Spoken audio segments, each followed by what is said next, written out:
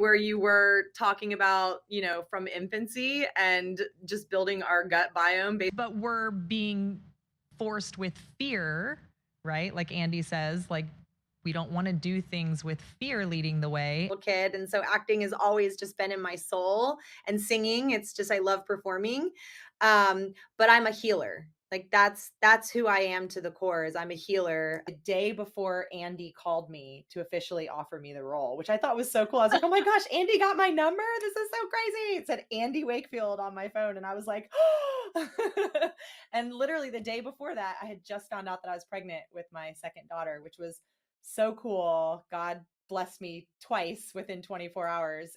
I've been very outspoken. I am somebody who lives with no fear, and the script came across my desk. I was like, oh, I gotta be in this film, because I have loved Andy for 20 years. I have known of his work. I mean, I couldn't have asked for a cooler project to be a part of, because it really does mean something to me personally. Yeah. As actors, we're usually portraying something that we might not believe in personally, but this hit home for me, and I loved it. But what does that mean? What is your goal? Is your goal to avoid medication and have a vaginal birth? Because that's not enough. That's not enough. It's not enough for a fully, regulated and healthy mom and baby after the birth, because there's so much intervention that happens even just to get into that labor and delivery room. I talk about it all the time. It's basically my TED talk. I don't realize how much fear we hold in our body from our mothers, our mothers' mothers, our mothers' mothers' mothers.